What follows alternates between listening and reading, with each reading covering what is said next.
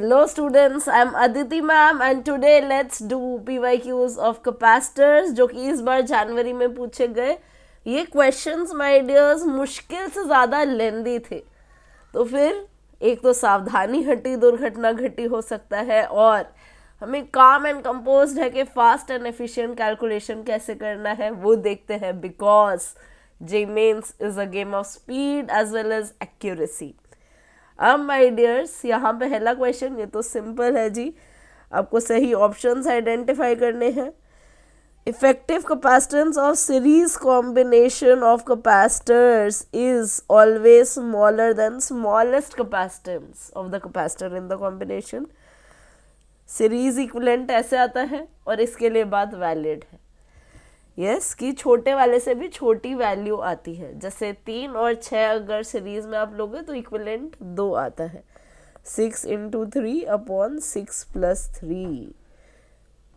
Yes 18/9 equivalent आ जाता है 2। This is correct. बी में कहा जा रहा है when a dielectric medium is placed between the charged plates of a capacitor, displacement of charges cannot occur due to insulation property of dielectric। यार लेकिन जो मॉलिक्यूल है वो तो इलेक्ट्रिक फील्ड के कारण पोलराइज हो जाता है, इधर डाइलेक्ट्रिक पे नेगेटिव चार्ज इधर पॉजिटिव चार्ज दिखाई देता है, तो इफेक्टिव चार्ज सेपरेशन तो दिखाई देता है जी, ये बात भी गलत है। अब यहाँ कहा गया कि अगर आपने कैपेसिटर का एरिया बढ़ाया और सेपरेशन बिटवीन द प्लेट्स घटाया, थिकनेस घटाई, तो कैपेसिटेंस बढ़ेगा। एप्सिलॉन नॉट A/D बिल्कुल सही बात है। और यहाँ कहा गया कि अगर पॉइंट चार्ज पे सेंटर्ड आप कॉन्सेंट्रिक शेल लेंगे तो फिर आपका जो पोटेंशियल है वो पूरे शेल पे सेम रहने वाला है, वो इक्वी पोटेंशियल रहेगा। Absolutely correct. A, C and D are correct options. Here आपको कहा गया space between the plates of a capacitor, जिसका कैपेसिटेंस C था, जो C था वो एप्सिलॉन नॉट A/D रहा होगा, उसको ऐसे 3 स्लैब से भर दिया, एक ये और एक ये। और न्यू कैपेसिटेंस आपका NC/3 है, तो आपको N बताना है। So my dears these two are in parallel और ये उसके साथ सीरीज में है, तो हम इक्विवेलेंट्स का नाम दे देते हैं, इसको नाम दे देते हैं C1, C2 एंड C3। अब जो C1 है वो कितना है, K1 एप्सिलॉन नॉट एरिया तो A ही है अपॉन D/2। K1 की वैल्यू हमें 2 दी गई है, तो ये हो जाएगा 4C। This is in series with C2 C3 आपस में पैरेलल में है। ये सीरीज में है किसके साथ, C2 प्लस C3 के साथ। C2 हो जाएगा K2 एप्सिलॉन नॉट एरिया भी आधा है, D/2 भी आधा है, और यहाँ हो जाएगा K3 epsilon not A/2 upon D/2। My dears ये by2 गया। K2 की वैल्यू 3 दी है, इसकी वैल्यू 5 दी है, तो 3C प्लस 5C ये आ जाएगा 8C। इक्विवेलेंट इन सीरीज निकालना है 4C और 8C का, C1 C2 upon C1 plus C2, ये आ गया जी 8C/3। सो हियर N की वैल्यू आपकी 8 है। आगे बढ़ते हैं। यहाँ अगर आपको फास्ट एंड एफिशिएंट होना है तो बुद्धि का प्रयोग करना पड़ेगा। देखो यहाँ ये K1 ये K2, यहाँ K2 K1 K2, इन दोनों में सिर्फ K1 K2 को आंसर में इंटरचेंज कर देना, नहीं तो 3 बार सॉल्व करना पड़ जाएगा। यहाँ K1 K2 K2 K1। अब ये जो एक है यही तो अपने आपके साथ पैरेलल में है, पहले C का ही कैपेसिटेंस निकाल लेते हैं। 2 times series combination of K1 epsilon not A/2 upon D/2 and K2 epsilon not A/2 upon D/2।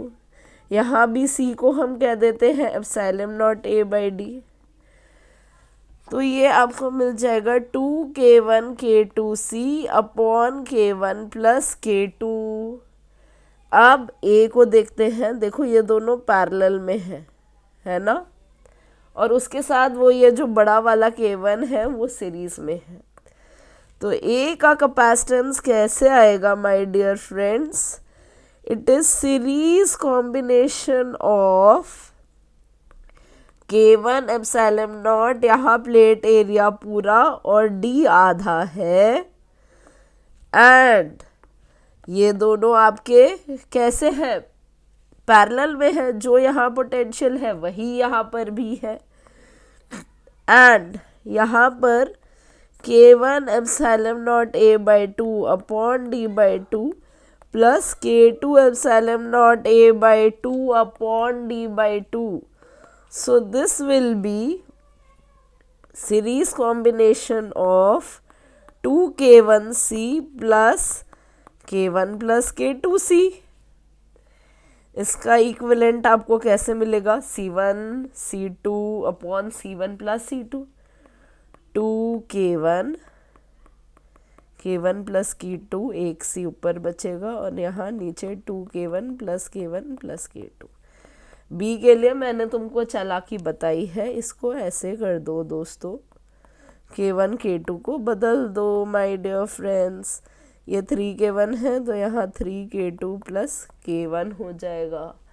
अब मैम ये इसको हम कंपेयर तो कर नहीं सकते, हम क्या करें? बुद्धि का इस्तेमाल करें, हम इसको 2 मान लें, इसको 1 मान लें। तो ये तो आ गया 4C by 3. Is it okay? K2 1 माना है हमने और K1 को हमने 2 माना है। यस, तो ये आ गया 6C बाई 5, और A में कितना आ गया? 4 और यहाँ 3, ये आ गया 12C बाई 7. A सबसे बड़ा दिख रहा है, फिर C, फिर B. This is the correct order. Option C is the correct answer. ऐसे चालाकी करनी पड़ती है। यहाँ पर कहा गया कि एक पैरेलल प्लेट कैपेसिटर था जिसके प्लेट्स के बीच 5 mm का सेपरेशन था। उसको बैटरी से कनेक्टेड रखते हुए एक माइका शीट डाली और 25% और चार्ज आ गया।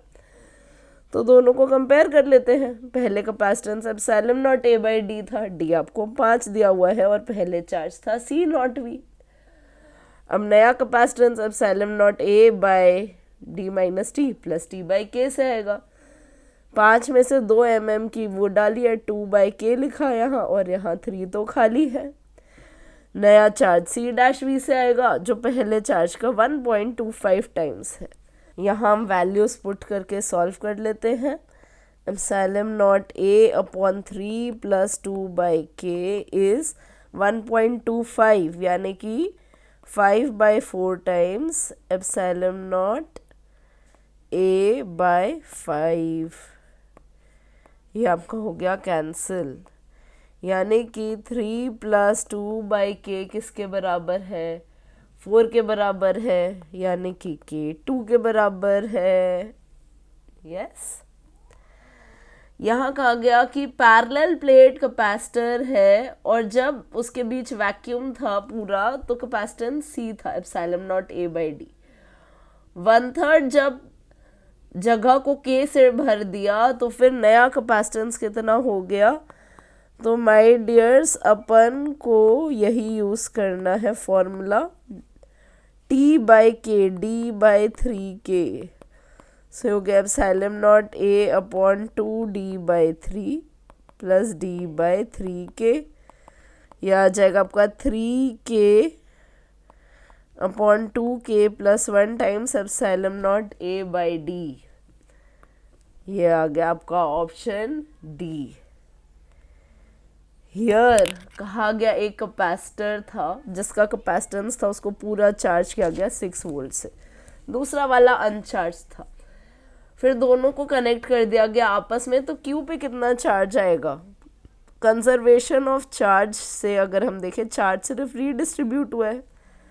जब दोनों को बाद में ऐसे कनेक्ट किया P और Q को, तो कॉमन पोटेंशियल मान लेते हैं V है। जो v आपको मिलेगा वो C P V P upon C P plus C Q से मिलेगा। तो आपका क्योंकि 10⁻⁻6 के ऑर्डर में दोनों ही है, ये ऑर्डर हम ना भी लिखे रेशो में तो चलेगा। 10 into potential difference is 6 across P upon 10 plus 20, 6/3 आ गया 2 वोल्ट्स। अब चार्ज ऑन Q कितना है, वो CQV के बराबर आएगा, जो कि 20 इंटू 10⁻⁻6 इंटू 2 है, यानी कि 4 इंटू 10⁻⁻5। आंसर आपसे इंटू 10⁻⁻5 के टर्म्स में पूछा हुआ है। So your correct answer will be 4। Yes, तो सवाल सिंपल थे लेकिन थोड़े लेंदी थे, एंड अगर कीज आपके साथ सारी हो, you will be able to do it all in a very nice and smooth manner.